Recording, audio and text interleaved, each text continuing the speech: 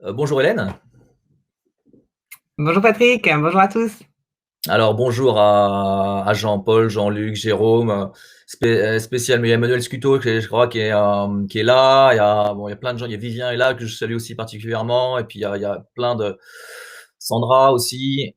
Donc bienvenue à tous. Donc le thème de notre webinaire, c'est comment la raison d'être peut servir concrètement au développement de l'entreprise. Donc on abordera différents sujets, bien sûr sur la définition de la raison d'être, sur comment la faire émerger, comment la faire vivre, comment l'incarner, c'est des choses vraiment qui sont importantes. Comment la décliner dans les opérations de manière concrète, parce que c'est ça qui va lui donner du sens, justement. Et puis, on parlera un peu des Bicorp et des entreprises à mission. Donc, moi, je suis Patrick Vigneault, cofondateur avec Hélène, qui est là de Biharmonis. Donc, un harmoniste, c'est quoi? C'est un nouveau métier. Notre vocation est d'aider les entreprises à se développer de manière harmonieuse. Et pour ça, de travailler beaucoup sur leur culture, de l'incarner totalement, de manière authentique et de la mettre en œuvre de manière concrète. Donc, c'est passer les différentes étapes du développement de l'entreprise. C'est avoir un leadership plus authentique. Voilà, donc on accompagne sous forme de coaching, sous forme d'atelier, d'animation d'atelier, les entreprises.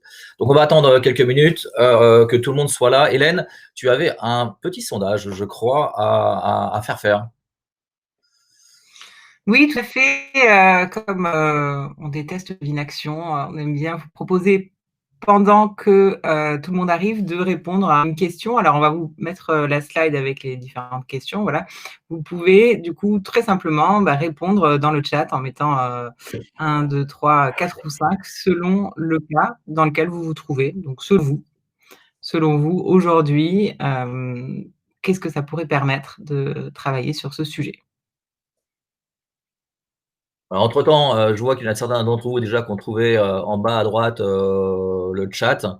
Voilà, donc si vous voulez poser des questions dès maintenant, comme ça on les notera pour la fin de la session. Donc la session va durer à peu près 30 minutes. Alors, évidemment, on ne tient jamais complètement dans les temps. Et après, 15 minutes de questions, voilà, pour répondre à toutes les questions que vous auriez. Donc là, on voit les premiers résultats, Hélène. Oh, beaucoup de 3, hein. Donc la cohésion, la dynamique d'équipe, l'alignement sont vraiment là, visiblement ce qui est publicité. On va voir que effectivement la raison d'être a une importance colossale pour la cohésion des équipes, mais aussi au niveau business. On va vous donner pas mal d'exemples aujourd'hui. Allez, on y va.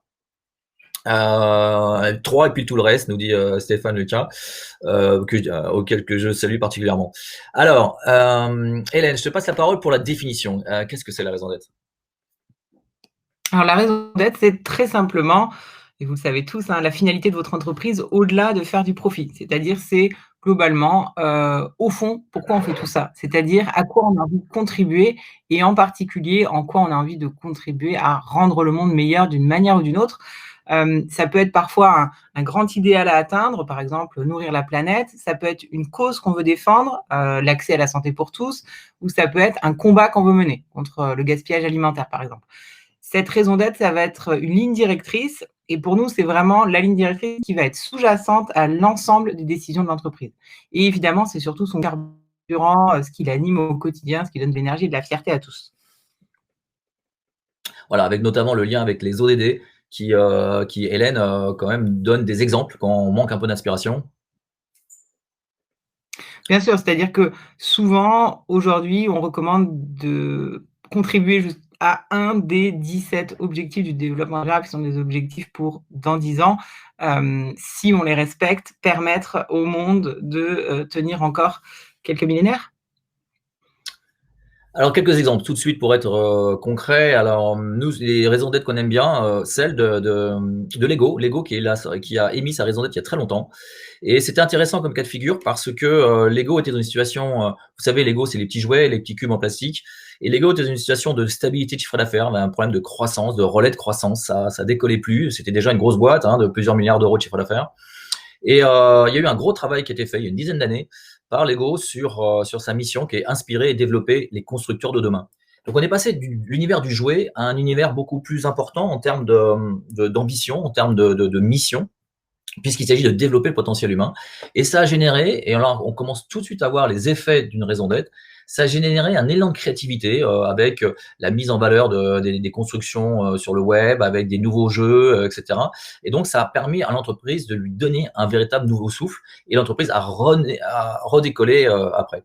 Donc voilà un bon exemple. Un deuxième exemple un peu emblématique, là on salue Jean-Baptiste Sénard qui a été l'un des initiateurs, l'un des deux initiateurs des rapports faits sur la loi Pacte en matière de raison d'être, d'entreprise à mission, etc.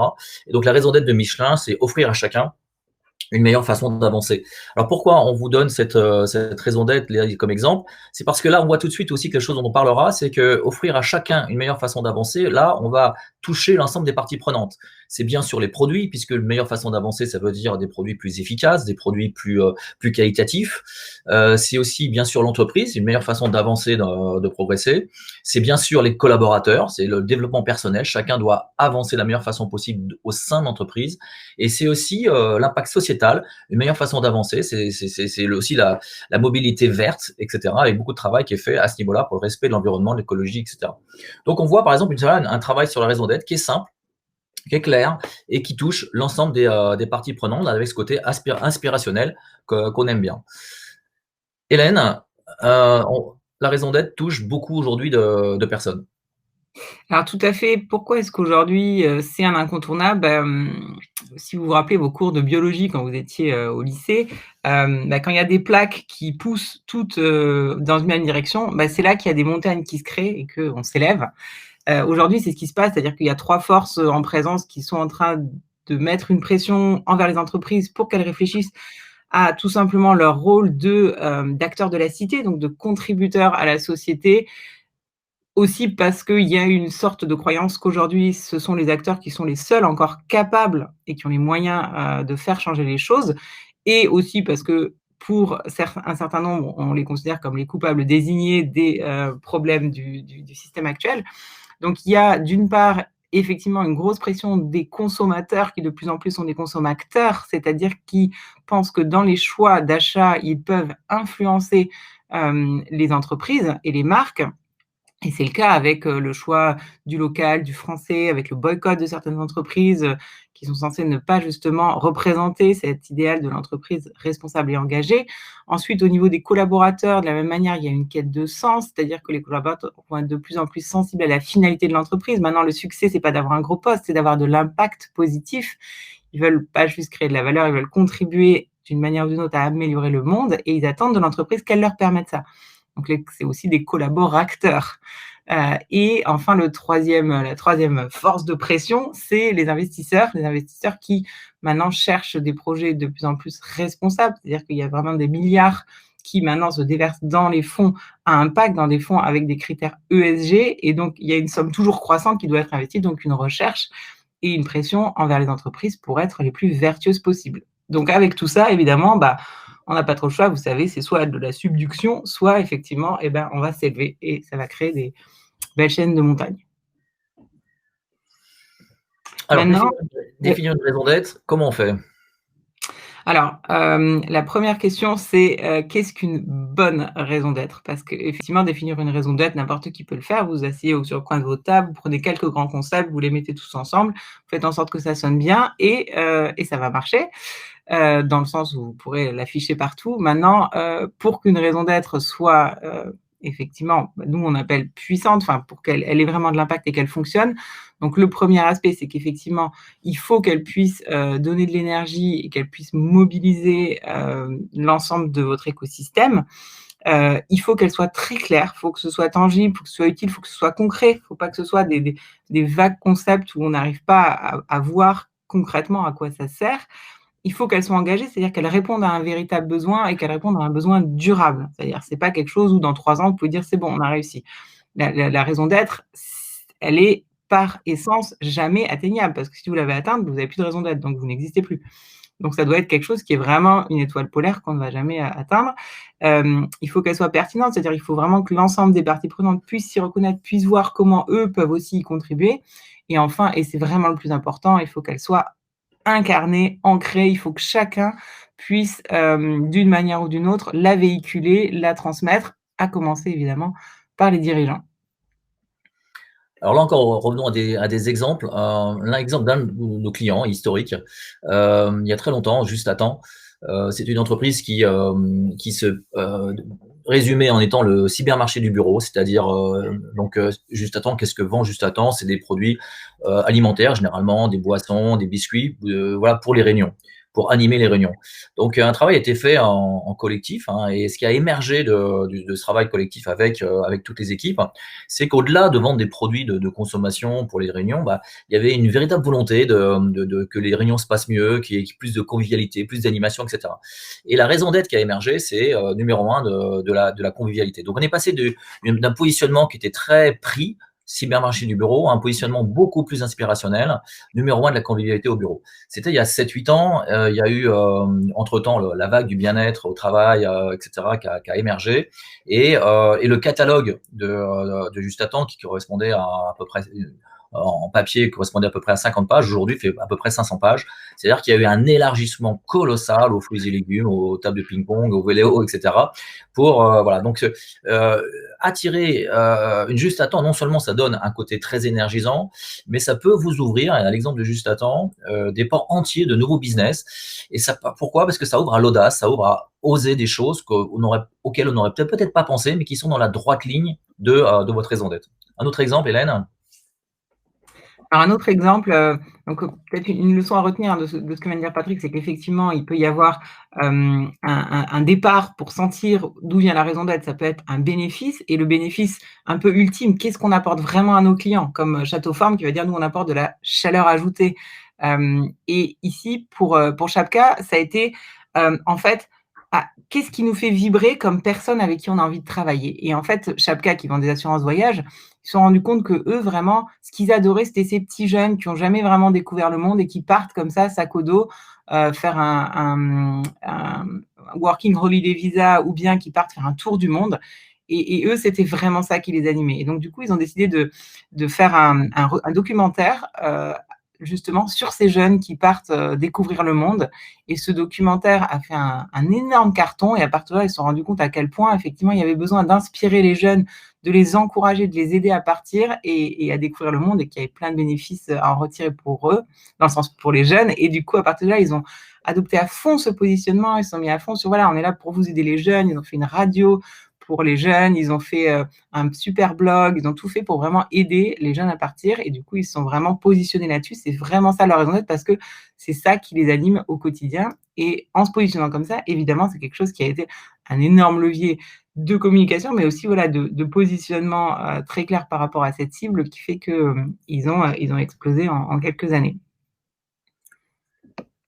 Un autre exemple encore, et entre-temps, je vois qu'il y a une question de Muriel. La raison d'être se confond-elle avec le positionnement? Donc, bien sûr, elle va l'impacter. Elle ne se confond pas. On en parlera tout à l'heure.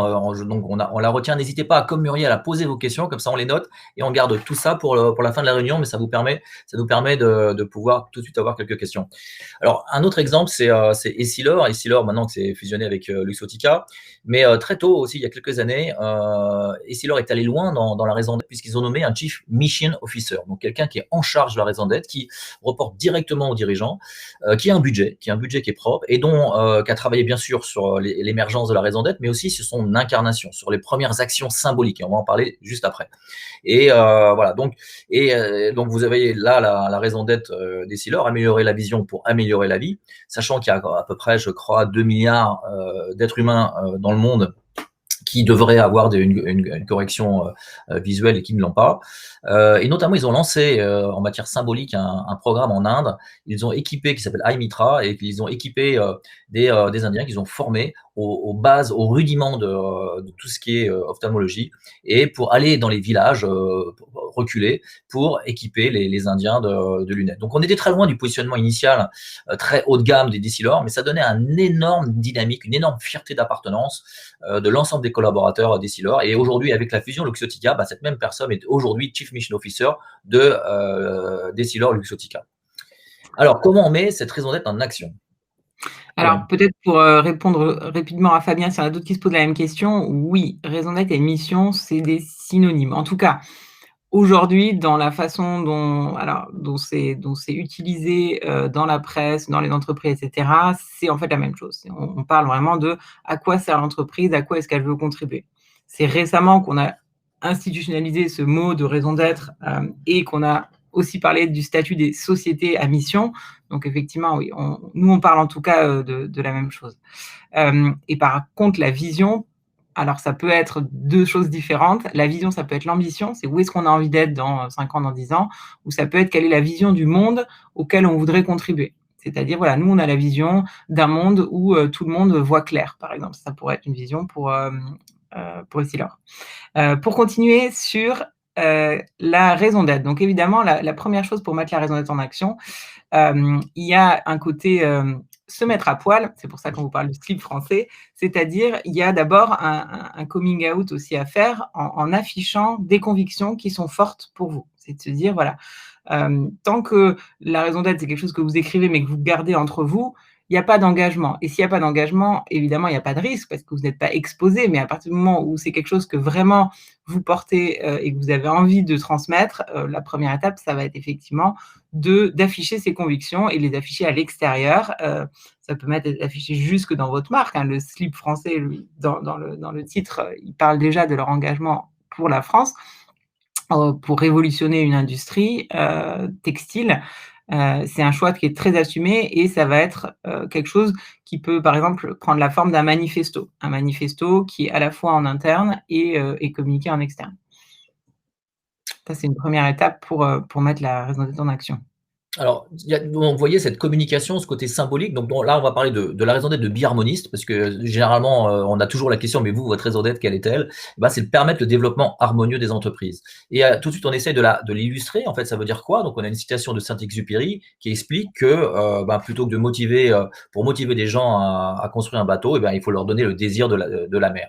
Voilà. Donc, essayer de créer un manifesto, cet univers symbolique qui va donner du concret, qui va permettre à l'ensemble des collaborateurs de mieux comprendre cette raison d'être. Mais il faut aussi aller plus loin. C'est-à-dire que si ça reste une annonce, ça ne suffit pas. Et donc, il faut, qu'est-ce qu'on fait généralement, Hélène, pour que ça se décline de manière concrète? Donc la deuxième étape, là, on ne vous a pas parlé effectivement du phénomène d'émergence, on vous a dit, hein, donc il y a vraiment un travail d'émergence collective. Une fois qu'elle a émergé et qu'on l'a définie, l'étape immédiatement après, c'est de se dire, OK, concrètement, comment elle se décline? Comment elle se décline? Ça veut dire, comment est-ce qu'on peut associer un certain nombre d'objectifs, on en reparlera sur la société à mission, puisque là, c'est une obligation, qui sont un peu plus concrets, un peu plus mesurables, où on peut se dire, tiens, là, derrière, on va pouvoir mettre des indicateurs, on va pouvoir se mettre des objectifs annuels, etc.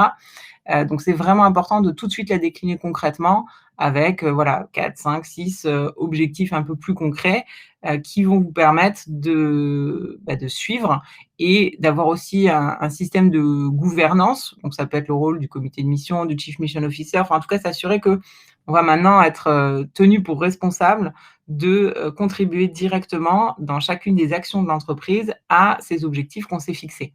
C'est pour ça que c'est très important d'avoir des indicateurs simples et mesurables qui vont être suivis. Sur la partie public, pas public, hein, est-ce qu'il faut publier, par exemple, tous ces engagements? Oui, ça va crédibiliser énormément votre démarche si vous allez jusqu'à publier vos objectifs, vos indicateurs, etc. Bien sûr, vous prenez un risque, bien sûr, ça vous expose. Danone en est un très bon exemple. Et en même temps, le jour où vous avez envie de vous engager très fortement dans une relation avec quelqu'un, il y a bien un jour où vous allez la présenter à votre famille. Donc, de la même manière, si vraiment c'est un engagement qui vous tient à cœur et qui est sur la durée, il faut le montrer à l'extérieur parce que sinon, vous n'êtes pas vraiment pris au sérieux. Et c'est vraiment important d'avoir aussi un système en interne de revisite régulière de ces objectifs, même de cette raison d'être, avec un challenge de ces engagements qui demande le courage d'avoir les discussions ouvertes et franches sur, OK, concrètement, réellement, où est-ce qu'on en est? Qu'est-ce qu'on fait vraiment? Avec une introspection au niveau, bien sûr, du dirigeant, au niveau de la direction, et ensuite, évidemment, avec les équipes et même avec tout l'écosystème. Et avec le challenge, effectivement, lorsqu'on part dans ce chemin, dans cette aventure de la raison d'être, qui, on l'a vu, peut apporter énormément de choses en termes de business, d'audace, en termes de cohésion, on va en reparler. C'est de l'incarner. Il faut vraiment l'incarner et c'est ça qui compte. C'est une fois qu'on a fait émerger la raison d'être, on a fait 50% du chemin. voire encore moins. Les 50% restants, c'est vraiment de l'incarner. Alors, il y a plusieurs façons de le faire. Donc, comme Hélène le disait, d'abord commencer par un processus participatif d'émergence. Plus le nombre de collaborateurs et de parties prenantes prendra part à l'émergence de la raison d'être, plus vous aurez déjà quelque part ancré les choses, où il y aura un début d'appropriation important. Après, très très vite, il faut mettre les choses en action. C'est-à-dire que plutôt que faire des grandes annonces, essayez d'avoir tout de suite des exemples concrets. Donc là, il y a un très très bon article d'HBR, et si vous le souhaitez, on vous fera passer cet article. Voilà, on le publie aussi dans notre newsletter, notre première newsletter qu'on émet cette semaine. Donc si vous êtes intéressé pour recevoir régulièrement nos newsletters, n'hésitez pas aussi à nous envoyer un petit mail. Voilà. Et donc, c'est de peut-être commencer d'abord par des actions concrètes, de retarder un peu l'annonce de votre raison d'être pour tout de suite, lorsque vous l'annoncerez, avoir des exemples de mise en œuvre. Ça va au-delà de ça, comme le disait Hélène tout à l'heure, c'est avoir des choix symboliques forts. Lorsque, comme la Camille, vous avez une raison d'être, vous refusez de participer au Black Friday, vous fermez votre site web pendant le Black Friday. Donc, quelquefois, voilà, avoir une raison d'être, si vous voulez vraiment que ça ancre, c'est aussi de faire des choix, de ne pas aller quelque part. On parlait de Danone tout à l'heure. Est-ce que Danone doit continuer dans les eaux minérales ou pas?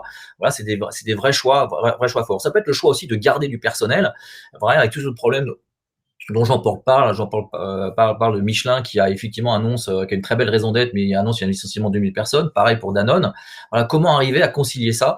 Donc, il faut vraiment que les choses soient vraiment extrêmement bien expliquées et que toujours avoir cette raison d'être en ligne de mire qui doit être un élément de référentiel de décision. Voilà, si toute décision, même de licenciement, où vous avez votre raison d'être, c'est compatible avec cette raison d'être. Si ce n'est pas compatible, posez-vous vraiment des questions sur ces licenciements.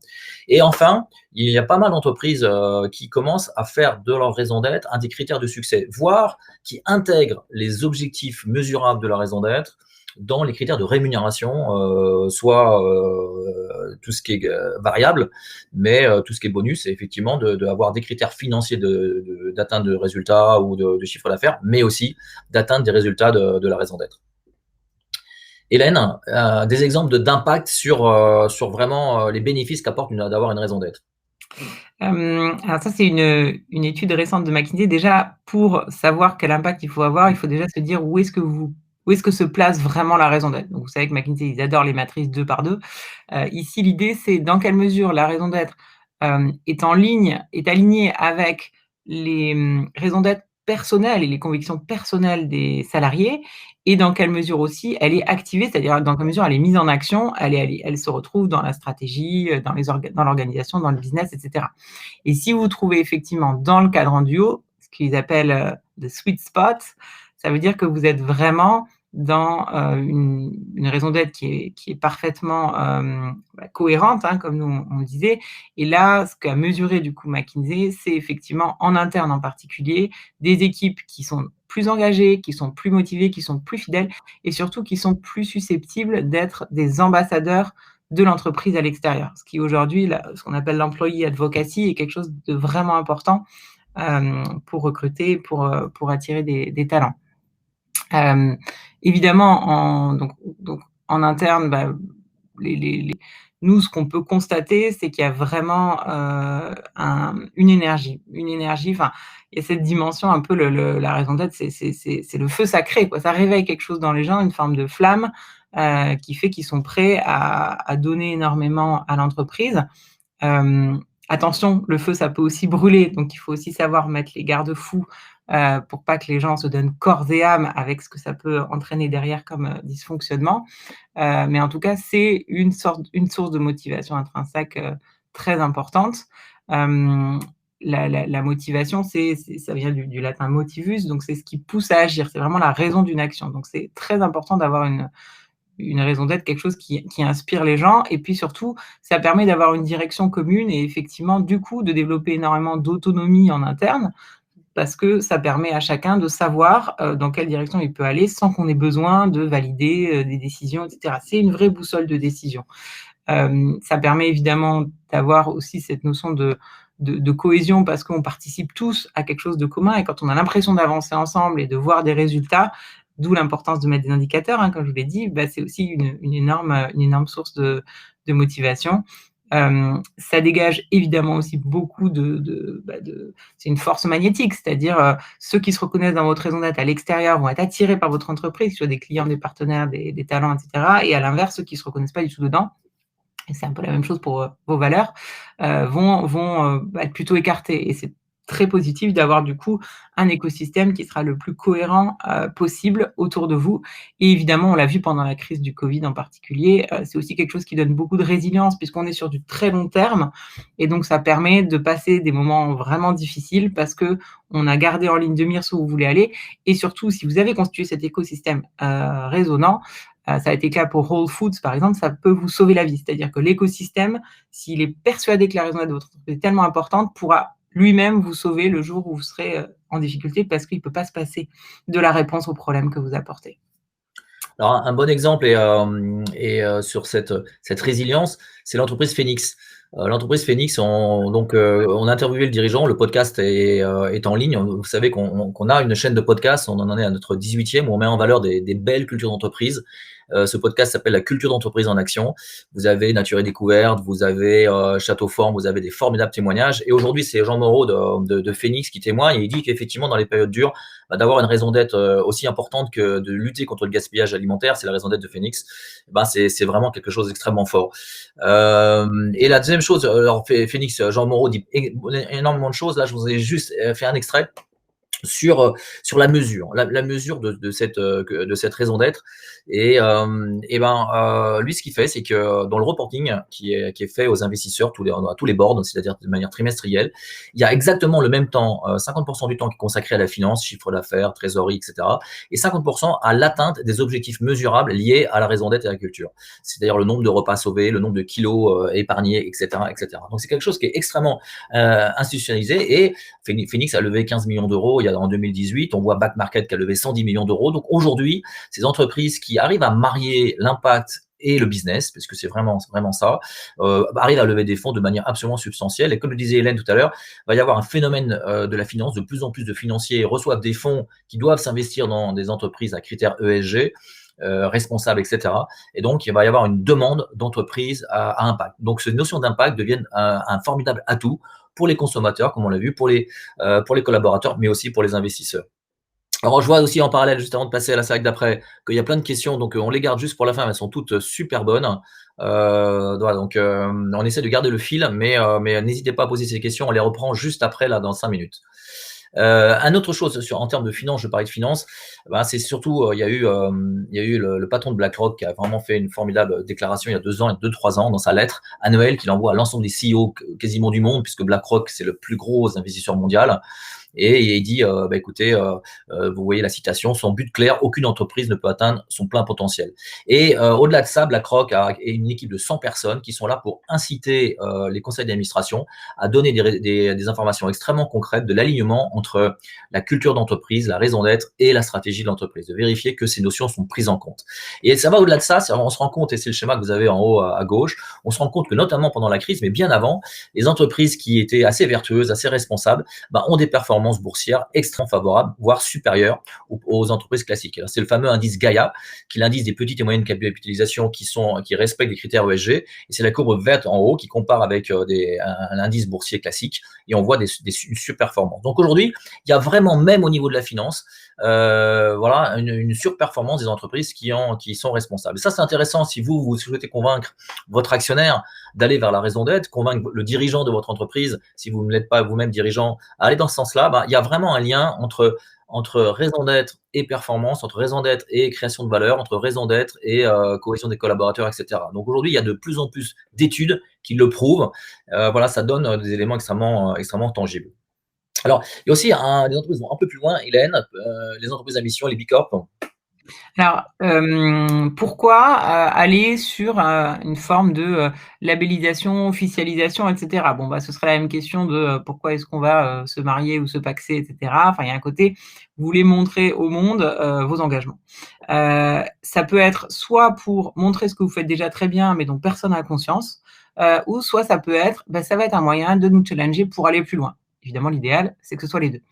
Vous avez le choix. Du coup, il y a beaucoup de possibilités. Donc, on va dire globalement, il y a un peu 3 choix. Soit vous voulez montrer un peu plus concrètement à quoi sert votre raison d'être, et puis vous avez envie de faire un peu challenger et mesurer vos progrès par rapport à des objectifs qui sont très spécifiques à vous. Là, dans ce cas, la qualité de société à mission, c'est quelque chose qui peut être tout à fait approprié, puisque on n'est pas du tout sur un référentiel universel, c'est vous, par rapport à vous, comment est-ce que vous avez envie d'exprimer un peu plus concrètement et de faire mesurer par un tiers qui viendra tous les 2 ans auditer votre entreprise, les progrès que vous faites par rapport à votre raison d'être. Et puis, il y a toute une communauté des entreprises à mission qui, effectivement, est là aussi pour s'épauler, s'accompagner. Sinon, il peut y avoir la dimension où vous avez envie de mettre en valeur le fait que vous êtes vertueux et que vous faites un certain nombre de choses et d'avoir une mesure aussi de la qualité de votre marque. Là, ce sera plutôt Zei ou EcoVadis, en particulier en termes de fournisseurs. Ce sera une notation des fournisseurs qui vous permet du coup de mettre en valeur vos actions et d'avoir un tableau aussi de suivi d'un certain nombre d'indicateurs. Et puis sinon, il y a la troisième possibilité, si vous voulez plutôt être labellisé par rapport à une norme générale RSE. Et là, il y a B Corp qui est la norme, on va dire, la plus classique dans le monde, puisque c'est une marque au départ, c'est un label américain. Et il y a un nouveau label français qui s'est créé il y a plusieurs labels français. Il y en a un récemment qui se veut un peu le challenger de B Corp, qui s'appelle Positive Workplace. Donc, de la même manière, là, on est sur quelque chose d'un peu plus lourd, c'est-à-dire c'est comme obtenir une certification pour une norme, c'est 200 questions, il faut atteindre un certain nombre de points et tous les 3 ans refaire l'exercice pour maintenir le label. Donc, c'est un peu selon de quelle manière vous avez envie de montrer ce que vous faites, que vous pouvez choisir. Et évidemment, ce n'est pas du tout exclusif, c'est-à-dire qu'il y a beaucoup d'entreprises qui sont à la fois, qui ont plusieurs labels et qui sont à la fois communauté à mission, entreprise à mission, B Corp, etc. Alors, et ce que disent l'ensemble des entreprises qui partent dans ce chemin, c'est des phénomènes extrêmement structurants, hein, c'est des choses qui vont amener l'entreprise à se poser des questions, et ce qui donne une dynamique collective très importante. Donc, on vous y encourage vraiment, mais c'est des chantiers qui nécessitent véritablement une vraie authenticité, parce que les impacts sont importants et il faut éviter le caractère déceptif. Et c'est les choses trappes, les fameuses choses trappes dans lesquelles on peut tomber en travaillant sur sa raison d'être. Quelquefois, il vaut mieux ne rien faire que ne pas avoir de sincérité ou arriver à un discours mou. J'ai eu plusieurs d'entre vous au téléphone pour préparer ce webinaire, et l'une d'entre vous me disait, mais regardez, on parlait, c'était un cabinet d'avocats, et on regardait le premier cabinet d'avocats qui a émis une raison d'être, et c'est une platitude, et c'est un peu dommage, parce que lorsque vous faites tout ce travail et vous émettez quelque chose qui est on veut être les meilleurs au service du client, bah non, ça va pas, quoi. Donc il faut éviter le discours creux, c'est pas facile. Et puis au-delà, il y a cette sincérité profonde, donc c'est pas juste donner du sens aux gens, c'est pas une action de communication, c'est vraiment profondément avoir du sens. Donc faut vraiment avoir, et toute cette mise en œuvre, cette mise en action mesurable est quelque chose d'extrêmement important. La difficulté aussi, c'est d'embarquer toute l'entreprise dans un schéma dès le départ, parce que souvent vous avez 2-3 personnes du COMEX qui sont à fond pour, et puis vous avez 2-3 personnes qui trouvent ça absolument inutile, très loin du business, voire qui peuvent, dans ces périodes de crise, qui peuvent défocaliser. Et donc voilà, donc arriver à embarquer tout le monde. Donc n'hésitez pas, pour ça nous on communique énormément avec ce lien, avec cette dynamique profonde dont parlait Hélène tout à l'heure.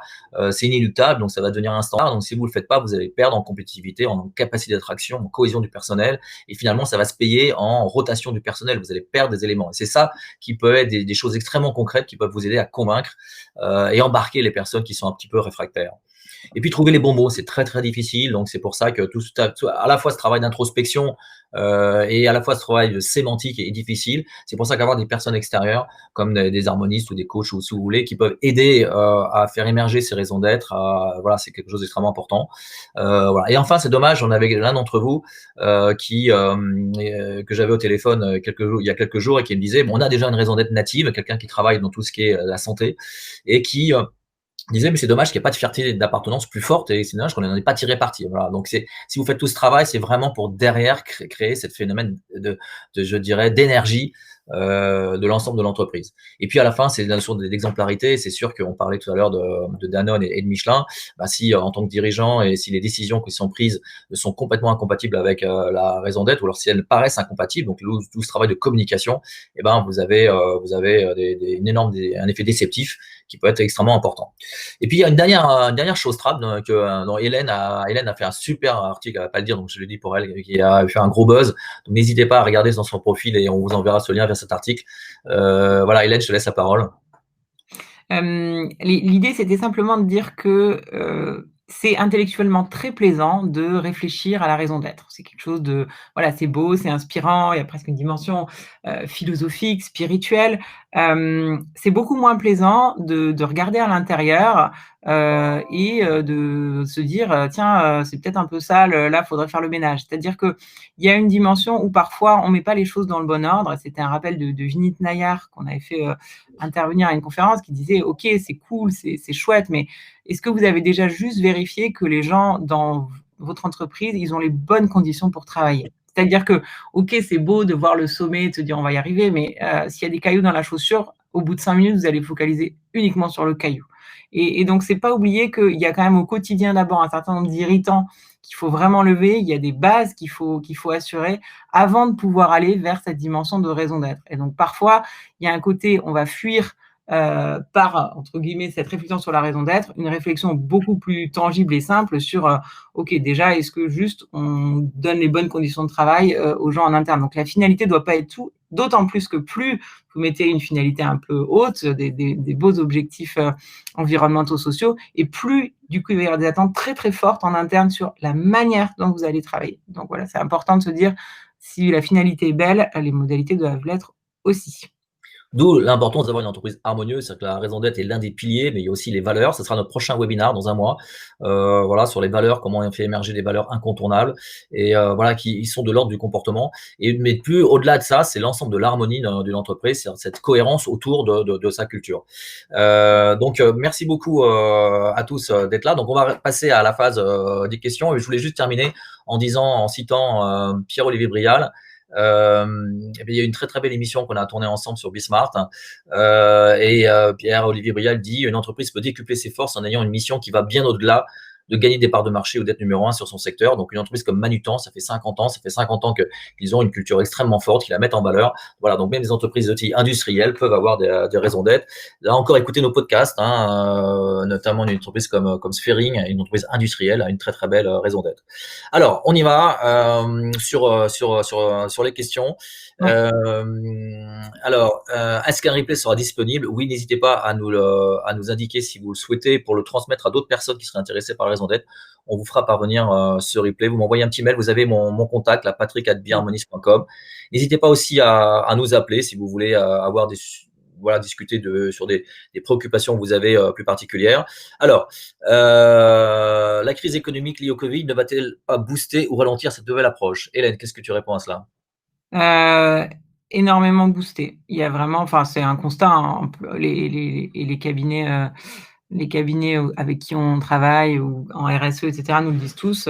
Il y a une vraie accélération parce que, encore une fois, la pression a augmenté. Le nombre de, enfin, les montants qui sont investis dans les fonds ESG, la pression des consommateurs pour du local, du vertueux, et cetera, est énorme. Donc, oui, ça a boosté. Voilà, une autre question sur BlackRock. On citait BlackRock tout à l'heure.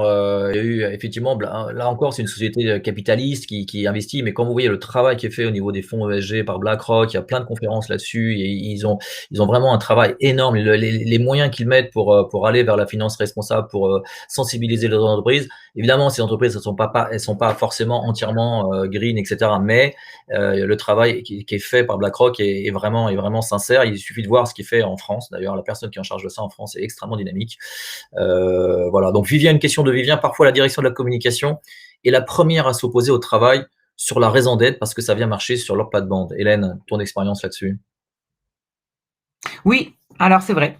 Parce qu'il y a un côté, justement, c'était la question un peu par rapport au positionnement. C'est-à-dire que pour nous, le positionnement et la marque vont découler de la raison d'être. Sauf que quand on vous a investi de la mission de définir la marque et le positionnement, bah, c'est un peu compliqué de se dire: «Tiens, bah, il y a quelqu'un qui est au-dessus, va me dire: "Ouais, finalement, c'est ça, en fait, que tu dois utiliser pour ensuite le décliner".» Évidemment, c'est pas forcément très agréable pour l'ego, de se dire: «Zut, je vais devoir, peut-être refaire mon travail», où on va remettre en question le positionnement que moi j'avais choisi et qui me semblait stratégiquement très bon, et cetera. Donc, c'est vrai qu'il peut y avoir, une difficulté, d'où l'importance évidemment de faire ce travail conjointement. De toute façon, si le dirigeant, n'est pas vraiment impliqué, à la fin, ça retombera comme un soufflé. Ça restera un exercice, soit RH, soit com, soit tout ce que vous voulez, mais donc, il faut absolument prendre ce temps de vérité, on se met tous autour de la table tout le comité exécutif et on se demande: «OK, concrètement, regardons par rapport aux différents enjeux du développement durable,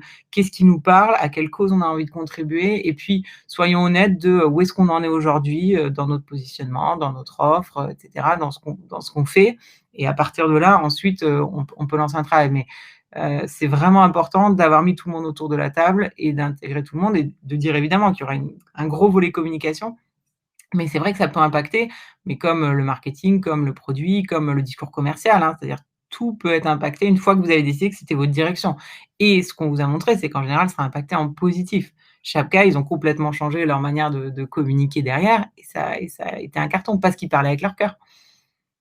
Alors, je crois que c'est très important de se dire que ce travail sur la raison d'être, c'est un travail qui doit être fait de manière le plus large possible.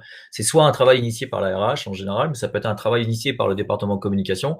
Nous, ce qu'on dit, c'est que c'est l'ensemble de l'entreprise qui doit y participer. Sinon, vous allez tout de suite avoir une opposition des autres entre la raison d'être, la marque employeur, ou entre effectivement la raison d'être et la plateforme de marque.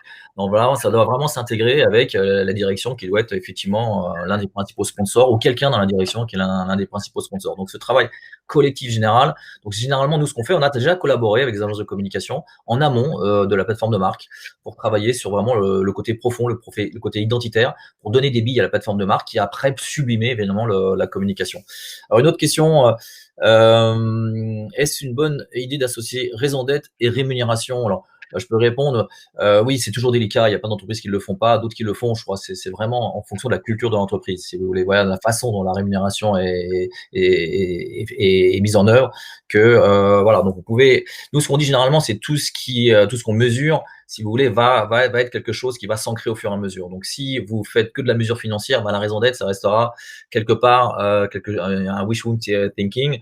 Donc, si vous commencez à dire bah, la raison d'être peut faire partie d'un certain nombre de critères qualitatifs pour la rémunération, vous allez ancrer ça de manière beaucoup plus profonde. Donc, c'est dans les différentes manières d'ancrer, c'est une des manières. Vous n'êtes pas du tout obligé de le faire. Voilà, ça dépend de votre culture. Une autre question peut-être entre la raison d'être et le recrutement, la raison d'être intégrée dans le pitch de recrutement des RH pour un alignement collectif marque employeur. Hélène, tes commentaires par rapport à ça? Oui, c'est encore une fois, enfin, pour nous, notre obsession, c'est, cette notion de cohérence, c'est-à-dire la déclinaison et s'assurer qu'on va, peu à peu avoir cette raison d'être qui va servir exactement de filtre. Il faut que ça devienne un filtre et donc des critères super concrets de décision qui puissent servir aussi bien effectivement dans le recrutement, qui puissent servir dans les décisions de qui on va faire, qui on va mettre en position de management. Ça peut être, également dans des critères et c'est très important d'avoir ces critères-là aussi en négatif, hein. Quels sont les critères liés à la raison d'être qui vont faire qu'on va demander à quelqu'un peut-être de quitter l'entreprise? Et en externe, c'est des critères de nouveaux classements de qui sont nos prospects les plus résonnants. Ça peut être des critères évidemment de communication, de décision. Est-ce qu'on va sur un projet, ou pas? Donc c'est vraiment important de prendre ce temps de se dire: «OK, comment est-ce qu'à chaque niveau, chacun à son niveau peut avoir une forme de critère lié à la raison d'être qu'il va pouvoir utiliser dans ses décisions au quotidien». Donc tout à fait, c'est très important de l'afficher dans le pitch de recrutement RH pour voir est-ce que le candidat résonne ou pas? Parce que si c'est pas du tout le cas, ça va être un petit peu compliqué à long terme de continuer à le garder aussi animé et motivé que le reste.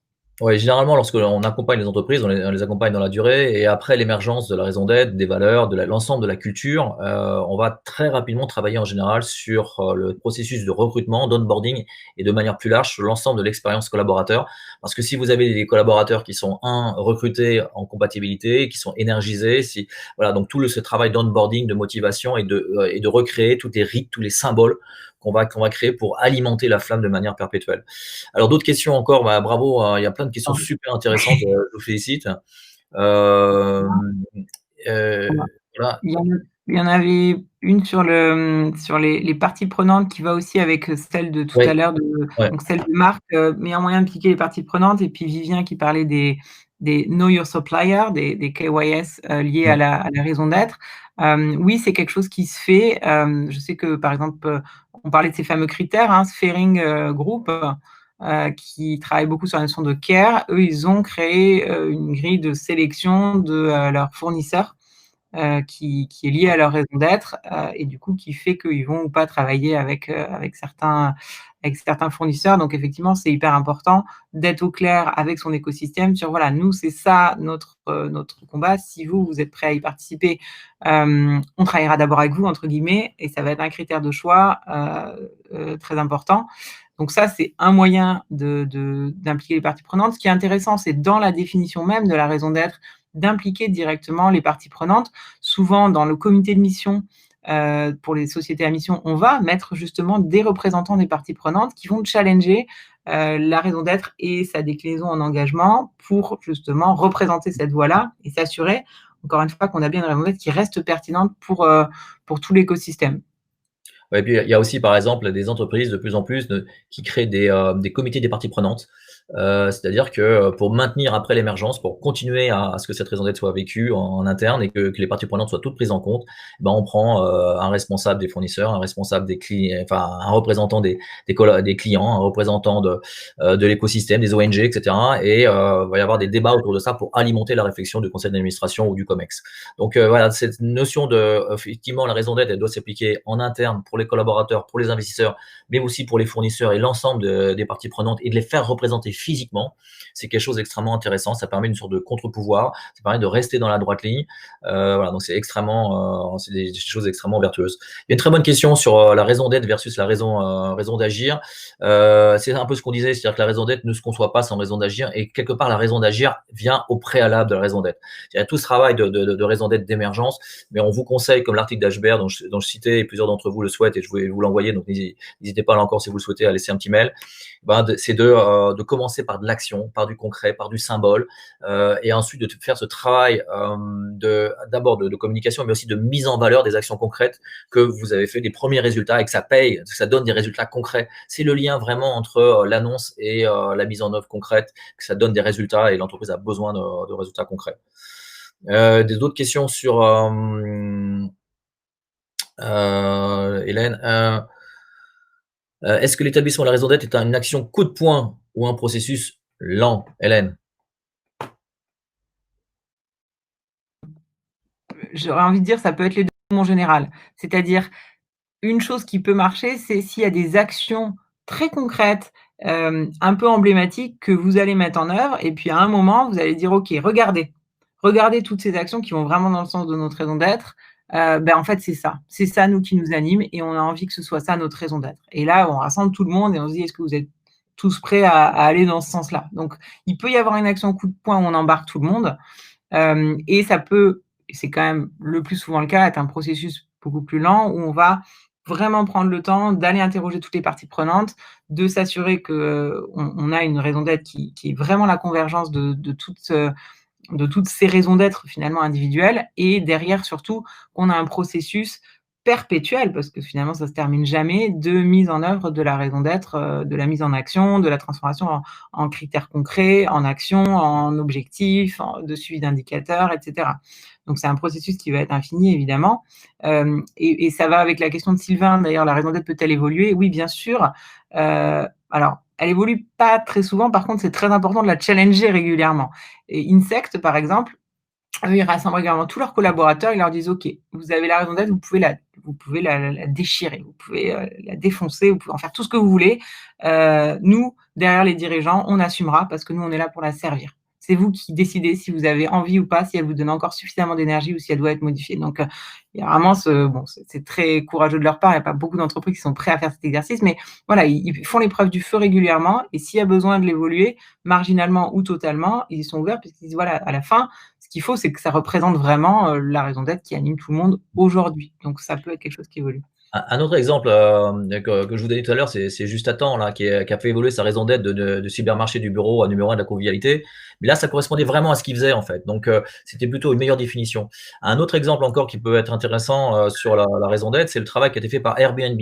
Airbnb, c'était du coaching, enfin de l'hébergement au départ. Et ils ont changé il y a 1 an leur raison d'être en rendre le voyage magique pour tous. Donc, de l'hébergement, on est passé à rendre le voyage magique pour tous. Ça a ouvert, bien sûr, tout ce qui est transport et tout ce qui est expérientiel. Donc, Airbnb, aujourd'hui, promeut sur son site énormément d'expériences. Vous pouvez vous abonner, enfin, payer pour avoir participé à la réalisation d'un cocktail à Cuba, etc., ce genre de choses, même à distance. Voilà, donc c'est des choses assez incroyables. Donc, effectivement, une raison d'être peut évoluer. Vous pouvez aussi en tirer parti en la faisant évoluer pour élargir votre business. Voilà, et puis quelquefois votre raison d'être, l'écosystème évolue et vous devez la faire évoluer. Donc c'est quelque chose quand même, c'est quand même votre étoile du Nord dont parlait Hélène. Donc c'est pas quelque chose qui évolue de manière extrêmement fréquente. Hein. C'est quelque chose qui doit être assez bien ancré et tout changement doit être accompagné d'une action d'accompagnement et de communication extrêmement importante. Il y a plein d'autres questions, donc n'hésitez pas si on a oublié des questions à les remettre. Et il y avait Moi, notamment. il y en a une que j'aimais bien, qui a été posée Ouais. par l'homme ou l'hommé, qui est: et après la raison d'être, dans une perspective dynamique, quel prochain frame pour repenser l'entreprise? Donc un peu de prospective. Là, on peut vous donner que notre point de vue, évidemment. À mon avis, il peut y avoir 2 dimensions. Une des dimensions, alors si vous connaissez l'entreprise Opal, hein, qui est Frédéric Laloux, Reinventing Organizations, inspiré de la spirale dynamique.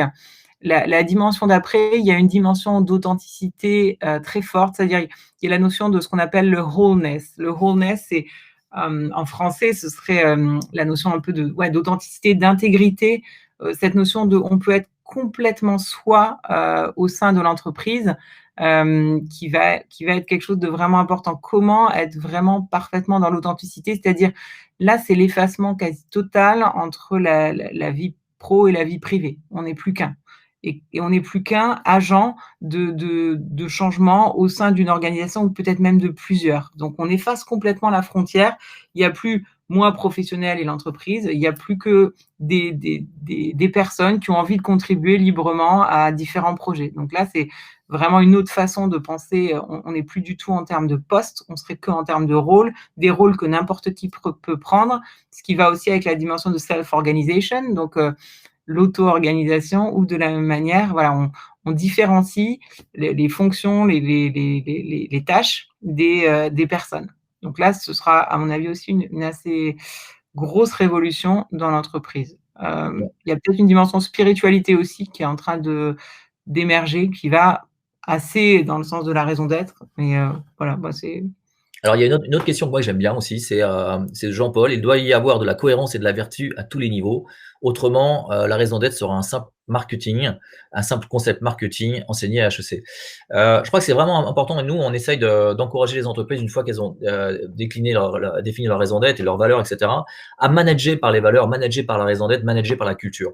C'est-à-dire que plutôt que de manager, lorsque vous êtes un manager par voilà comment faire les choses, ce qu'on dit généralement à un collaborateur, lui dire voilà pourquoi faire cette chose, et maintenant à toi de nous dire comment la faire. C'est-à-dire c'est de manager par le pourquoi et non pas par le comment. Et une fois vraiment cette culture de manière générale, et la raison d'être en fait partie, une des pierres vraiment centrales, ça permet de créer un cadre qui va laisser l'autonomie aux collaborateurs. Voilà. Mais si vous avez gagné lorsque cette raison d'être est vraiment vécue par l'ensemble des collaborateurs, c'est le fameux gars, je sais plus, je crois que c'était la NASA, qui était quelqu'un qui était extrêmement fier parce que voilà, un agent d'entretien de la NASA disait moi j'aide, voilà, je participe à la réussite de la conquête spatiale. Voilà, c'est lorsque l'ensemble des collaborateurs incarnent cette raison d'être, en sont fiers. Il y a cet effet énergisation de l'ensemble, à la fois des collaborateurs et des parties prenantes et des clients. Voilà, donc je crois qu'on arrive à peu près au bout. Je suis sûr qu'on a oublié des questions et on s'excuse vraiment auprès des gens. Est-ce qu'il y a une question là vraiment qui tient à cœur à quelqu'un qu'on a oublié?